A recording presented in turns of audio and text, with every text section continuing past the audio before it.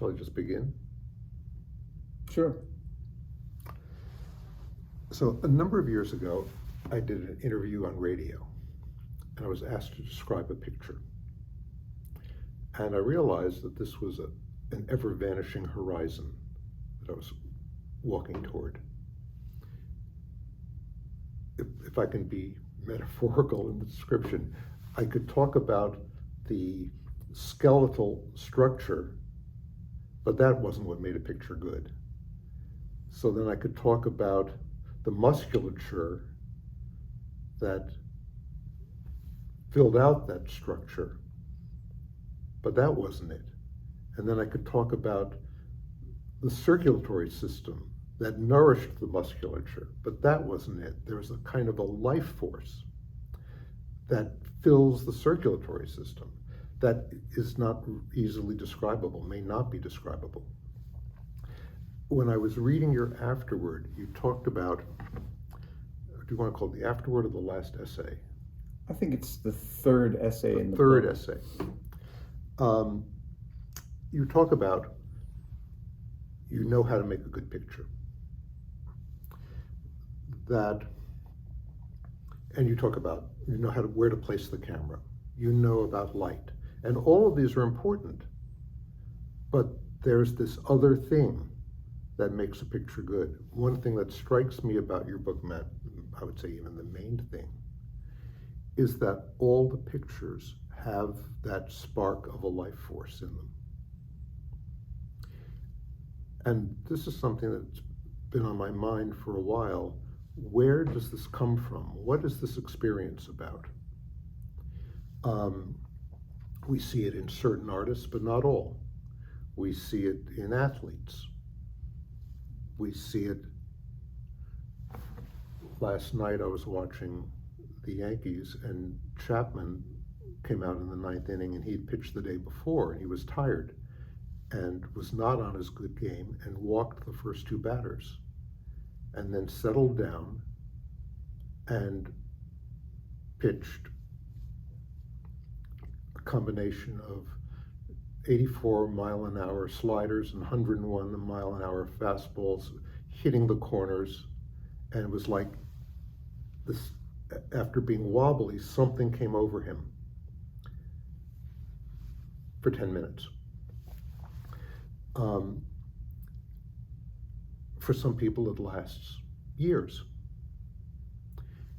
I want to read something, an interview that Walker Evans gave to Leslie Katz in 1971.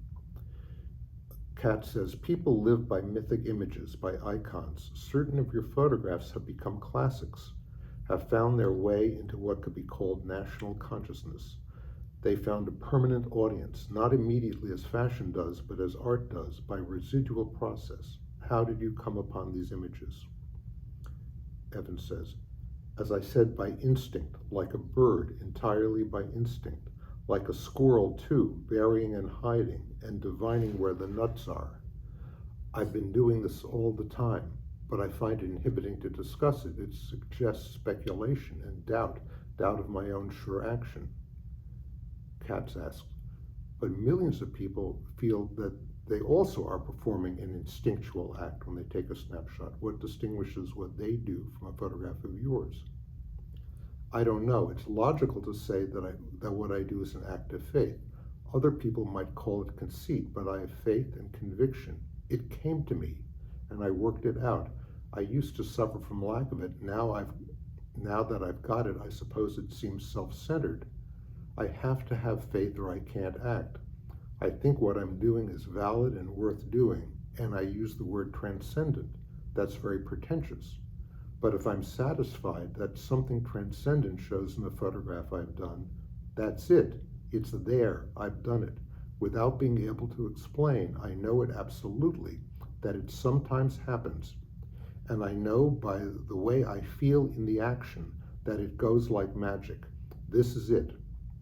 It's as though there's a wonderful secret in a certain place and I can capture it. Only I can do it at this moment. Only this a moment and only me. That's a hell of a thing to believe. but I believe it or I couldn't act.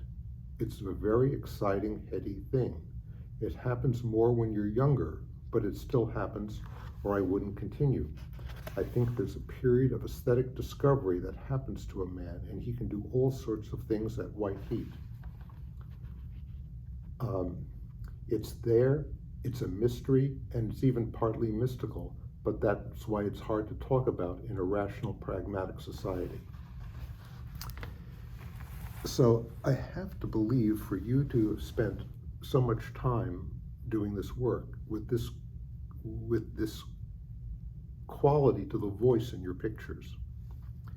And since I know the body of work you did afterward in the Hudson Valley still maintains that, I wanted to pass this to you to see what you think about this. And have you thought about this going on? Did this happen when you were younger? He's talking about it. We often see it in young people. I know I was about to ask you a question. Now I'm going to retract. Paul Simon in 2010, talking about composing Bridge Over Troubled Water 40 years previously, said, where did it come from? It doesn't seem like me. So when people are young, and even Evans touches on this, there's the sense of something is just taking over. And then when you're older, it may be a different experience. And I want to go into this, but I just want to pass that on to you. I think that it's interesting to designate it in youth, because this work was, to me, it felt like youth. And I felt like I was kind of starting over. And there was a kind of beginner's mind quality to it that I think it had to do with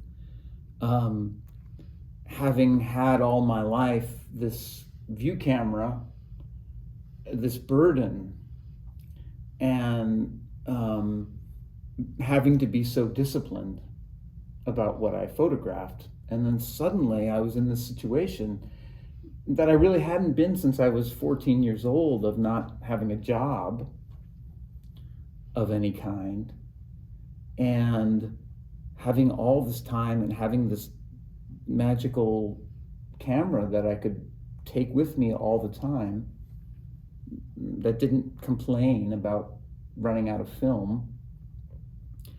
And I had absolutely this feeling of being like a cheetah released back into the wild or something that had been raised in captivity.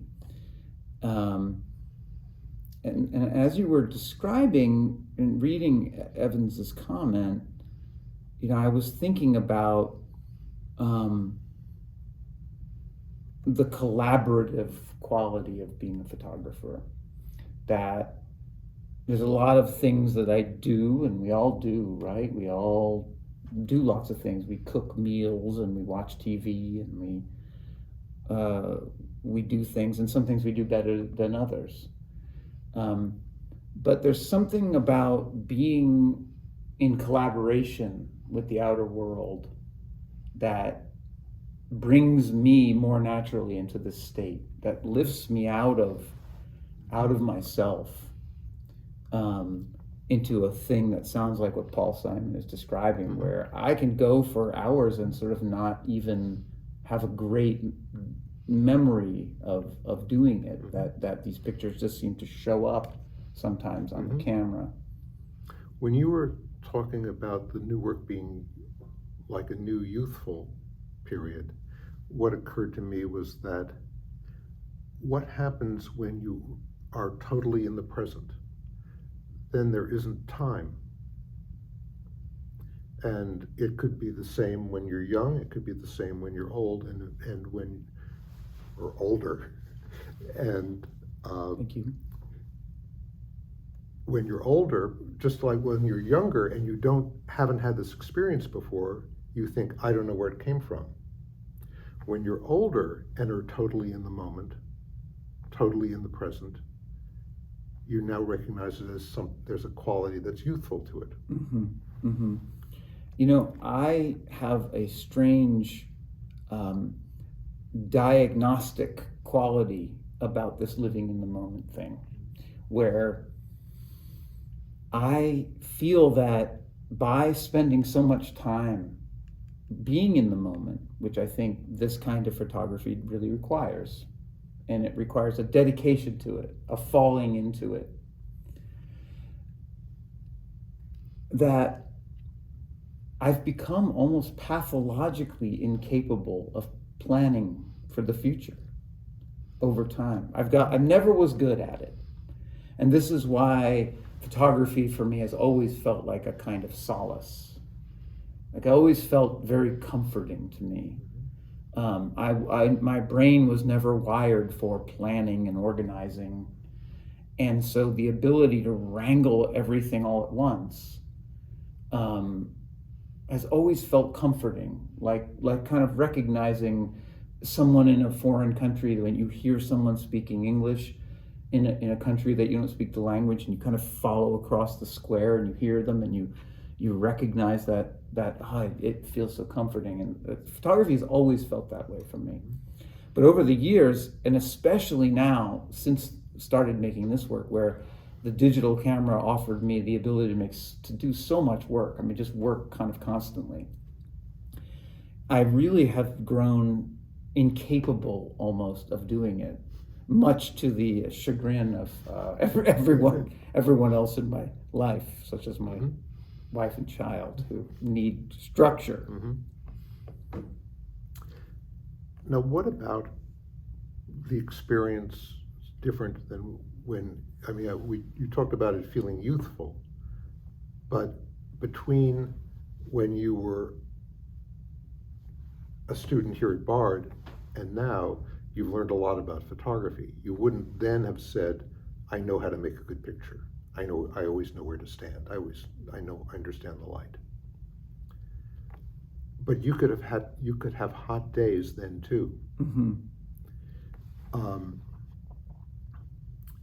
Do you have any thoughts about how it's different now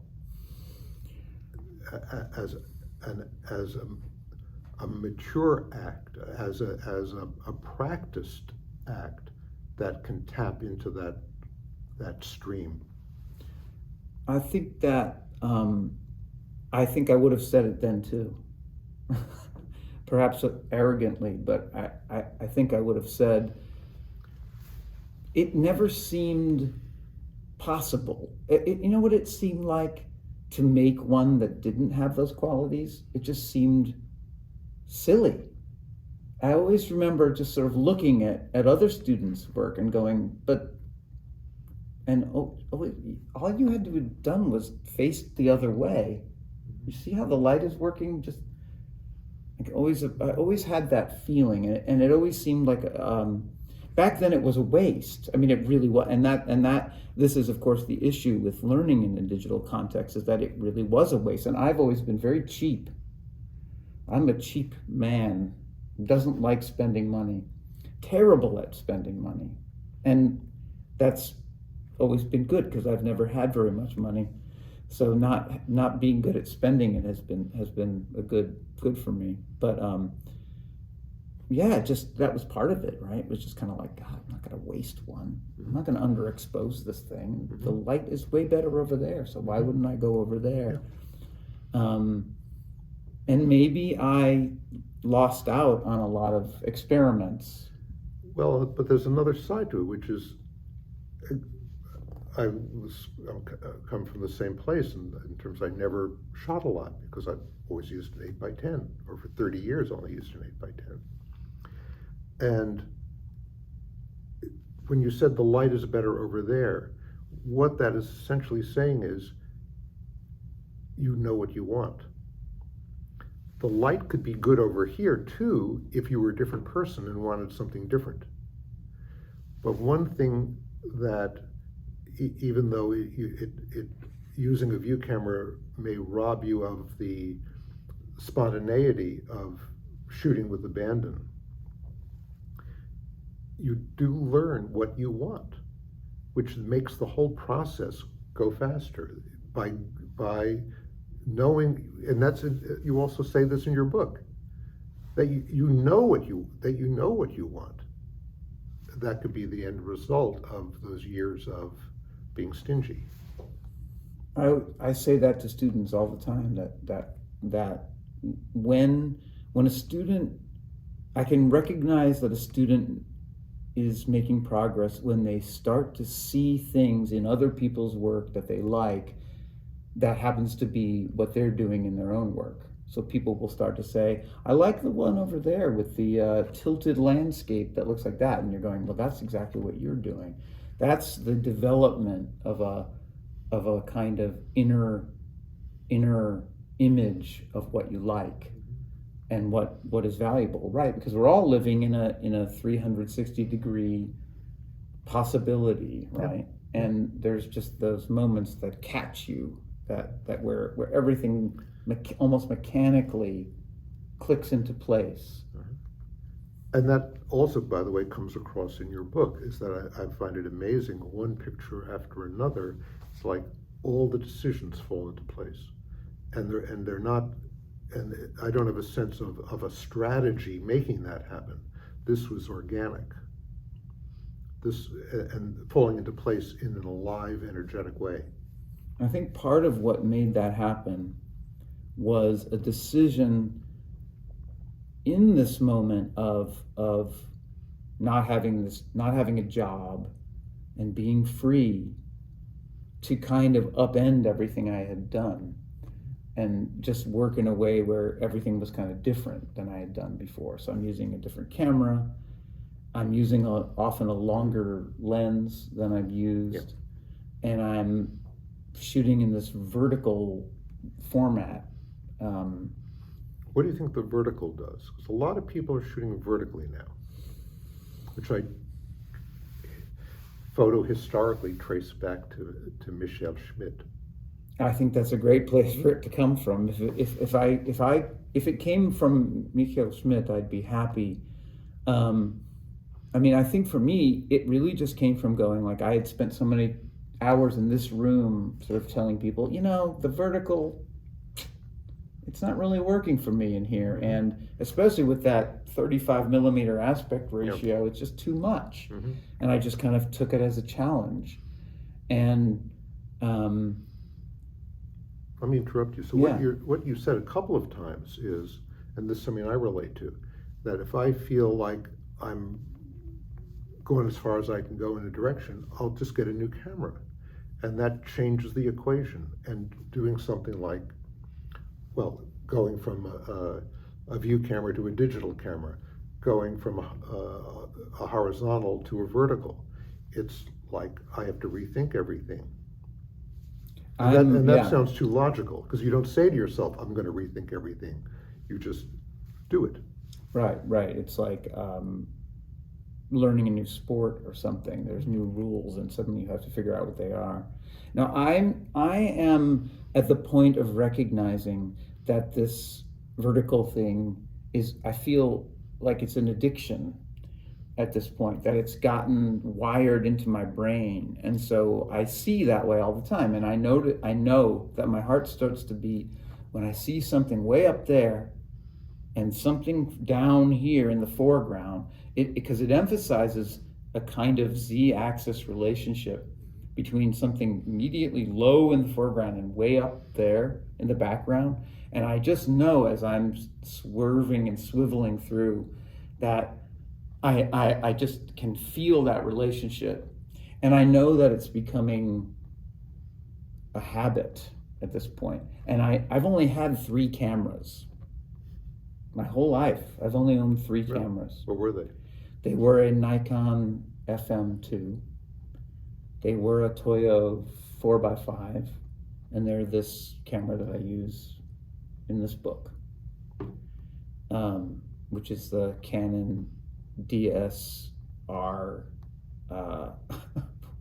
Canon 5D SR, 50 megapixel one. It didn't really catch on. It's got a huge, enormous. I mean, the files are 144 megabytes. They're giant. And so I'm just on the verge of knowing that I have to find a new camera to start some completely new thing, and I know that's coming. And it doesn't, it's interesting. It's like, it feels like materialist, right? A materialist idea to be so guided by this thing, but it's the thing we're guided by, right? Well, in Tchaikovsky's introduction to photography until now, he tells a story or he quotes a story that Jean Renoir told about a discussion he had with his father late in his father's life. And his father says essentially that without oil paint in tubes, Impressionism couldn't have existed. And what Tchaikovsky's comment was, Auguste Renoir was not saying that Impressionism was invented because of paint in tubes. It was just equally conceivable that the need to put paint in tubes came from a desire to paint out of the studio from nature, but that there is a symbiotic relationship between a technological advance and an aesthetic advance, or an aesthetic movement. And it strikes me that that the relationship between a person and a camera is an incredibly intimate one. That there aren't that many things that we carry with us and we touch and hold that provide us with so much uncritical affirmation. And that's one thing I do write about in the book is the camera just being a thing that it loves you no matter what you do. I mean, unless you don't give it enough light, it agrees to do what you want to do. And I mean, that was just a feeling from the first time I picked one up, that I just thought, oh, no one's going to tell me I can't do it. No one's going to say, you're not allowed to do this. No one's going to say, I don't feel like doing it today. No one's going to say, you're not the right person for this job. And if I wanted to just cut school and walk down the train tracks, it's going to go, okay, let's go, let's do it. And I mean, I have other relationships, similar relationships, but I've never had a relationship that's that affirming. So switching it up is, it is scary, because it is a thing that is as connected to you as anything could possibly be, right? I mean, I don't know. I mean, I guess writers might feel that way about pens or computers, but it's not the same thing. It's not a thing that you carry on your back, yeah. And there's such distinctions between the cameras. For example, the camera you're using now, you actually look through the camera. It's an extension of your eye in a way. Right. The people who are using their phones, one of the I think aesthetic shifts in snap shooting is because it's not held to the eye, and that at least unconsciously, if not consciously, average snap shooters are aware that they're making an image, that they're not capturing the world. There it is. I'm holding it out here. I move it here and I see everything change. Right, it shows up. It's very odd to have the picture show up when the picture is being made. Yeah. I mean, those of us that have used a view camera are used to it. Yeah. But you have to go into a secret little room to see it. I find that odd about using my phone, and I find it still a little embarrassing. Like your camp friends showing up your parents inviting your camp friends and your school friends to the same party. It's a little bit like, there's the picture over there, and then I'm looking at the picture of the picture right there while it's here. And I think I hear what you're saying, though, is that it makes people more conscious of seeing in pictures. Yes. Which is what I argue, photography is. Mhm. So, getting back to this experience of being in the moment, do you have ideas about how to keep it going? I think that it's not, well, one of the things in my teaching that I've developed over the years, you're sitting there with a group of students who essentially they say they want to be photographers, and some of them don't do it. They just don't do it. They don't go take pictures, and it's kind of incomprehensible, right? You're like, well, it seems like you need to take pictures. That's your job, but they don't do it. And oh, there's all the strategies of getting them to do it and forcing them to do it and threatening them to do it and coercing them. Over the years, I began to ask a question, and the question was, what do you like to do with your body? Like, what do you do on a day when you don't have anything to do? Like, just tell me what it is. I don't care what it is. I'm not going to judge you. If it's playing video games, if it's watching horror movies, if it's, I don't, whatever it is, I just need to know what it is that makes your body feel right. And then I say, let's figure out a way to connect photography to that. It's something I call instrumentality.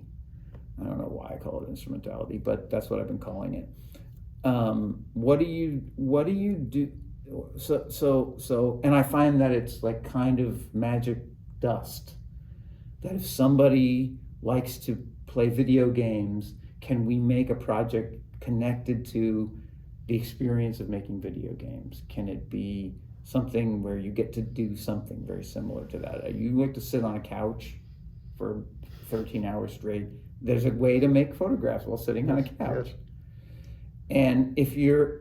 And I'm the kind of person that if you send me outside with a camera and say, find a picture, right? I'm just going to be, I mean, it's like a combination of things, but there's a competitive quality. Almost like, I don't know if you ever run, did you ever run? No. Good, it's a waste of time. But I couldn't run without imagining that somebody was chasing me. I just had to imagine that I was being chased, and that was the only way I could do it. So I've been talking with some friends of mine about the idea of a competitive game of photography. You might want to get involved, where we're going to pick a location or a time of day or some way of go make pictures, and we'll meet back in a certain amount of time and compare what we've done, like a competitive spirit. I know this is like counter to, this is not I originally thought of this as a teaching tool, but I don't think that would be okay anymore for us to teach that way. But I think as a game, it would be really exciting. Gossage has done things like that. Really? What does he do? Well, I forget who he's done it a couple of times where he and another photographer go to the same city and they go off and take pictures and compare them. Right. I think that's exactly what I want to do, only more structured, so that there's a time limit or location. But I think that that's part of it. It's like I'm the kind of person that does not want to admit defeat, no matter what. It's very difficult for me to give up.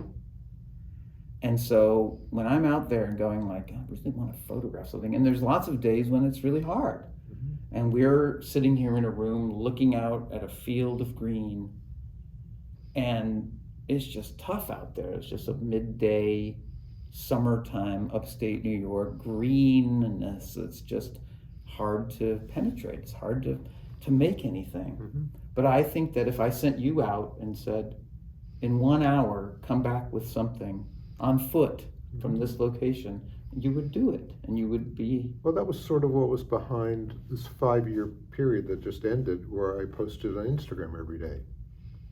So it meant that every day I had to go out and take a picture. Now I cheated every now and then, and some days I took 2 pictures, but basically I wasn't posting pictures that I took a week ago, let alone 10 years ago. So it was basically I had to be aware all day long of what am I going to post today. And is that period over? Yeah, I did. Yeah, I haven't posted in a couple of months. I did it for over almost 6 years.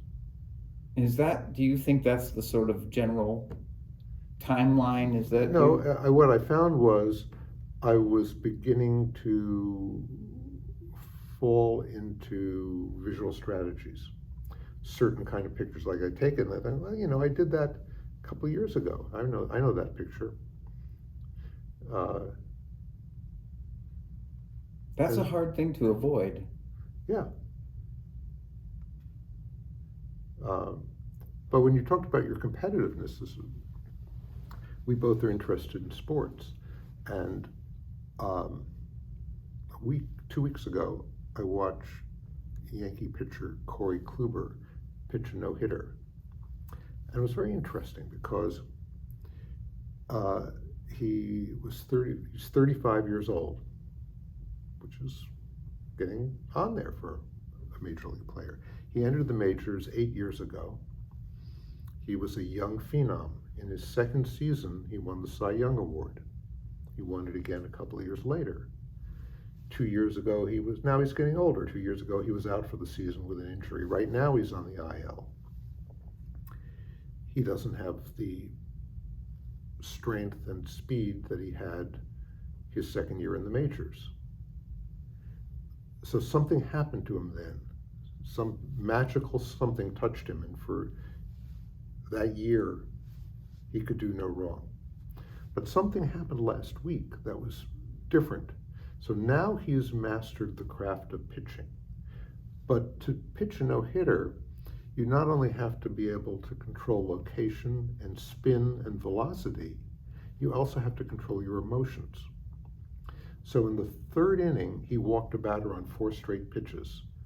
And rather than collapsing, he refocused himself. And that was the only runner to get on base. By the 6th inning, I know this from interviews, he knew he had a no-hitter going. And you could see no one in the dugout spoke to him. There were people in the dugout who afterwards said they didn't move for the last 3 or 4 innings. Because no one knows where the special thing comes from. We understand it's almost like something descends on you. Even though he has years and years of practice and talent. I mean, he had talent from the beginning. But can you imagine the adrenaline rush that he had to control to maintain his focus? And so he had to, I think of a phrase that I heard long ago, trim your wick. For an oil lamp to burn cleanly, the wick has to be kept trimmed. And if you don't trim it, it begins to smoke. And his controlling his emotions this gets to how do you maintain this? He has to maintain it over 2.5 hours. An artist needs to maintain it we want to maintain it for years. Do you think that you have an insight? I mean, do you sense of how you're talking a lot about how to get into the mindset, or it's not even mindset, but into the human position, consciousness and body and emotion, and to be able to sort of achieve at the highest level. Mm-hmm. I mean, do you have a sense of where that comes from for you?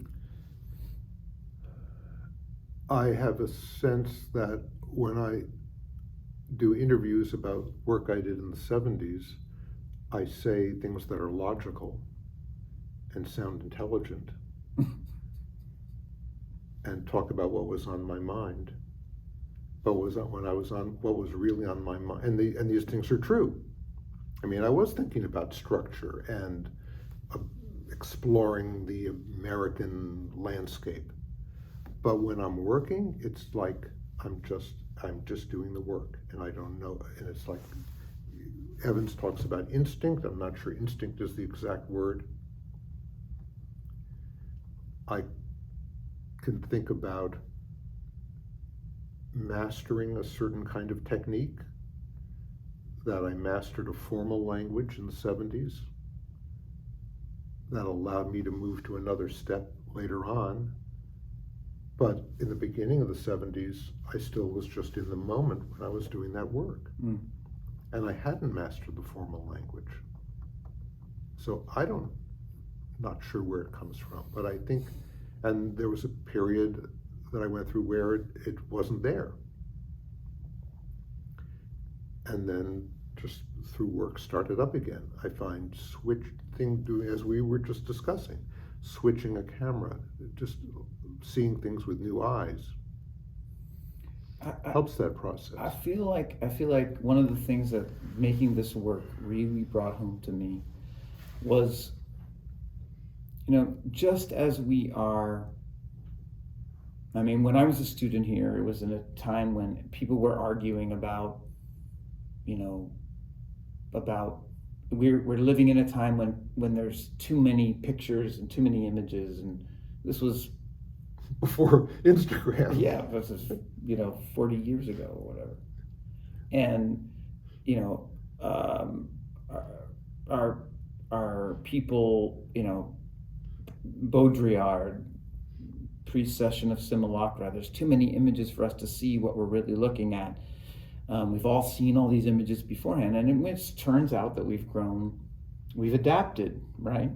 That we're capable of absorbing so much more than we ever thought we could. And while I was making this work, and to this day, in the work I'm making now, I found that when I stepped into the place, like when I consciously was going, I'm making pictures now, that it was like, it wasn't just time, but the whole world telescoped out, unfolded and accordioned out, until it just seemed like I had no sense of there being a limit to time and space. Mm-hmm. And that the ability to work in a very highly focused way, and I would do, almost all of it was made on foot. That was another part of the procedural new thing. It was like, I'm just going to go on foot. And I love walking. I mean, I've always loved it so much, and found that I do all my best thinking on walks. I connect to my family, best, and friends on a walk. And so I have to be able to walk. And but while I'm out there on these walks, I've decided I have 8 hours right now in between when I've dropped off my son at school and then I have to put him to bed later or something. And in that time, I couldn't believe how much time there was, that it just seemed to go on forever. Mm-hmm. And that, I think, had to do with the fact of the concentratedness of any one picture. That the very strangest thing about photography to me is making an entire one at once. Yeah. That's an entire work of art, boom. And my wife is a painter, and she always is frustrated that at 6:45 in the morning there I am up with my phone and I'm making some crazy thing is happening in our house, and she's like, you already made an entire one today, and I'm going to struggle in the studio for hours and hours and hours and hours and maybe end up with nothing. So there's something about that, like that hyper concentratedness, that sense of the lead being poured into a mold, of just everything being forced down into this one experience, that it's like this very powerful drug, this very concentrated drug that I think slows down the perception of time. That really, and with the digital camera, I mean, I just kept taking them. I just kept taking these drugs. Yeah. And in LA, they're legal. And I don't mean that drug. I just mean the light is just so extraordinary. The surface is so dynamic, and the people are so excited to be photographed there. They're just thrilled. Everyone wants to be photographed. But every place is a location.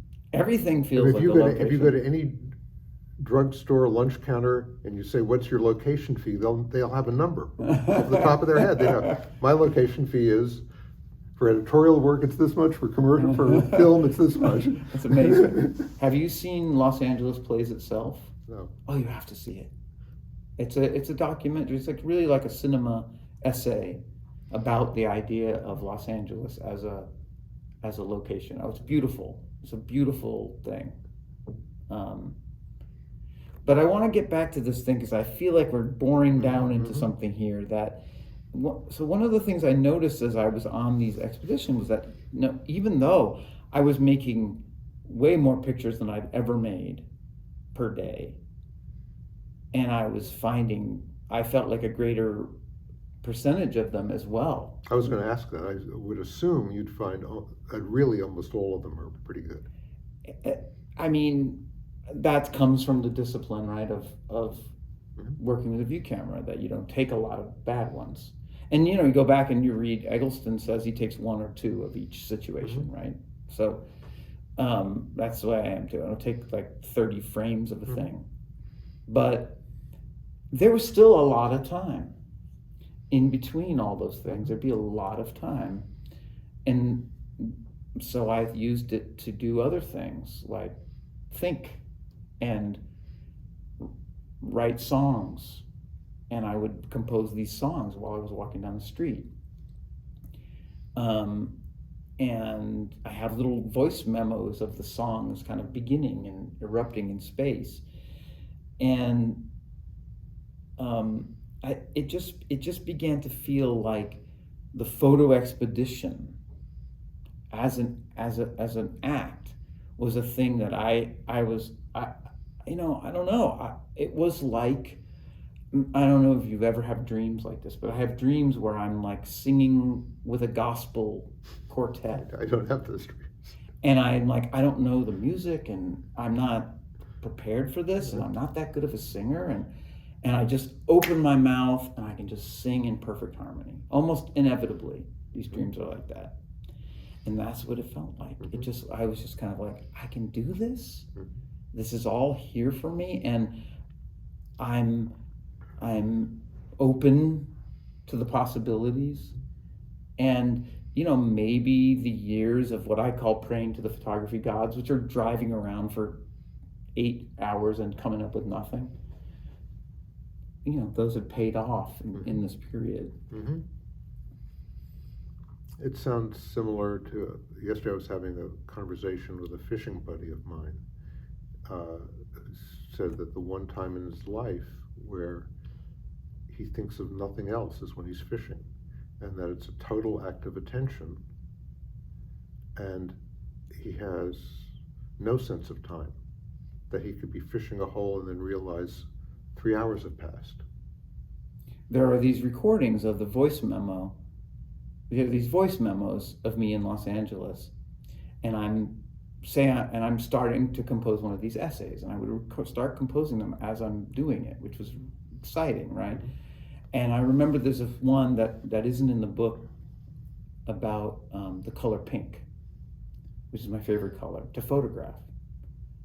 And it always just stands out. Apparently, Lisa says it's not in the rainbow. There's no pink in the rainbow. So it seems, that's one of the reasons it seems so unusual. But I'm talking about, it's called The Lady in Pink. This lady, and I'm photographing these guys constructing like a new kind of sporting goods store, and there's scaffolding and they're all over it and fluorescent colors and this lady in a pink dress just walks by, right? And it just activates the whole thing. And you can hear me, I'm talking, and then you just hear shutter clicking, and then another one. And I can't talk and photograph at the same time, that it does require a total concentration, that no matter how much I want it, I don't want to lose track of that thought. I can't do anything else while I'm doing it. And I know that must seem, I'm not complaining about that. It just, listening through these tapes, you realize that there's these long periods where I just sound like I've just gone mute in the middle of it. What's Bob Dylan doing here, I'm wondering? I was really happy that Paul Simon showed up. who's really my favorite songwriter. So one of the things I find interesting about Chronicles, it begins in Hibbing, Minnesota. It ends, I don't know, maybe 1990, a recording session in the late 80s in New Orleans. There is nothing about the period from Blowin' in the Wind to Mr. Tambourine Man.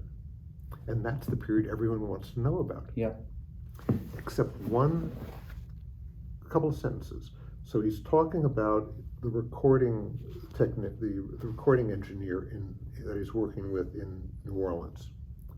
I would have liked to have been able to give him the kinds of songs he wanted, like Masters of War, Hard Rain, Gates of Eden. But those kinds of songs were written under different circumstances, and circumstances never repeat themselves. Not exactly. I couldn't get to those kinds of songs for him or anyone else. To do it, you have to have power and dominion over the spirits. I had done it once, and once was enough. And that's all he says about this period. I mean, unless I missed it, I listened to the incredible audio tape of this book, read by Sean Penn a number of years ago when it first came out, and then just kind of skimmed it. So I may have missed it, but as far as I can tell, he doesn't discuss this period of absolute magical intensity, other than saying that. Amazing. How come you thought of bringing that? Because I'm looking at different examples of people talking about, I have one more. This is from an article that our mutual friend Joe Hagan wrote about Beto O'Rourke. Now, he's writing about events that happened 50 years before. Evans was writing about events or talking about events that happened 30 years before. Paul Simon writing a song 40 years before that interview. This is Beto O'Rourke talking about what's happening to him at the moment. Honestly, I don't know how much of it was me, but there is something abnormal, supernormal, or I don't know what the hell to call it, that we both experienced when we're out on the campaign trail. Because every word was pulled out of me, like by some greater force, which was just the people there. Everything that I said was like watching myself, being like, how am I saying this stuff? Where is this coming from? There's something that happens to me, or that I get to be part of in these rooms that's not like normal life. And he's describing the same experience, but there's a quality to it that makes me feel like this is someone not trimming his wick, that he's flaming, that he's not seeing it with a perspective of time, but is in the moment and sees it as something super normal that he is now tapped into and doesn't keep it under control, doesn't control the adrenaline like Corey Kluber did. It slightly ruined his career, this article, and that publishing that thing that, slightly people were like, oh, he thinks of himself as the chosen one, and it felt a little untoward. And it was this paragraph where he's essentially saying it's something super normal happens to me. Right. And none of these other people ever talked about it when it was happening. Interesting.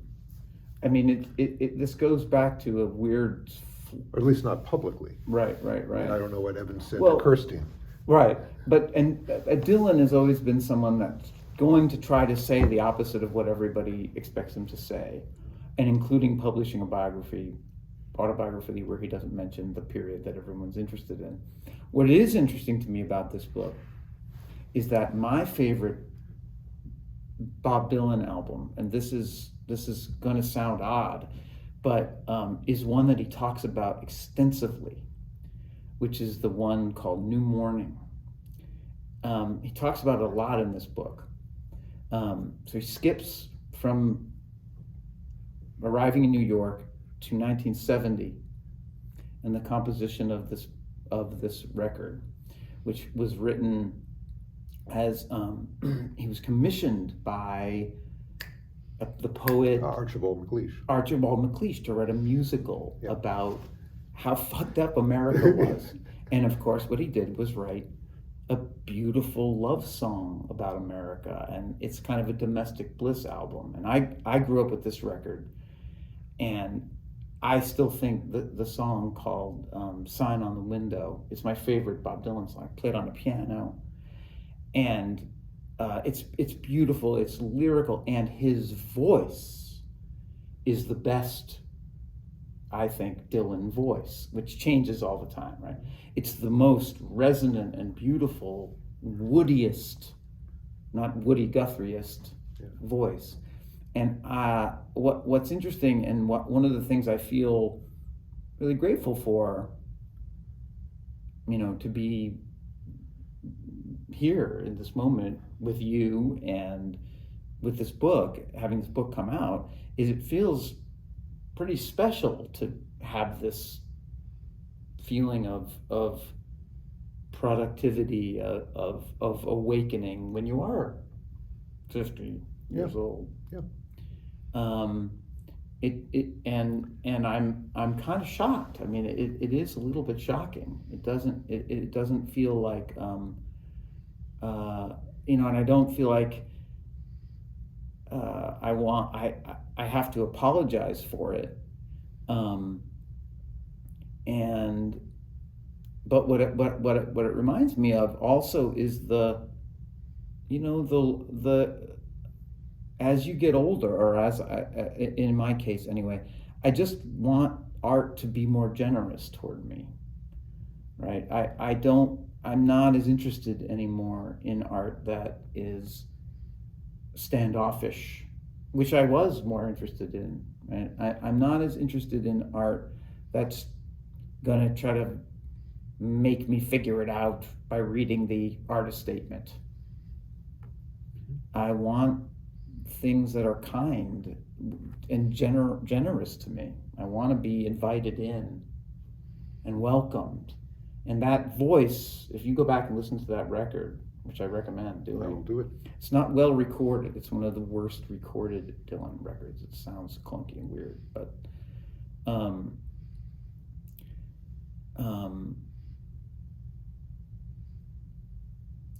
that is a feeling that I wanted this when this project went from being a feed or hashtag on Instagram to being a book. That was a 3-year-long process of Leslie Martin at Aperture basically going, I think this could be a book. And basically Leslie and Andrew Sloat, the designer, and me, 3 years of us kind of playing a shell game of moving it around until it made sense.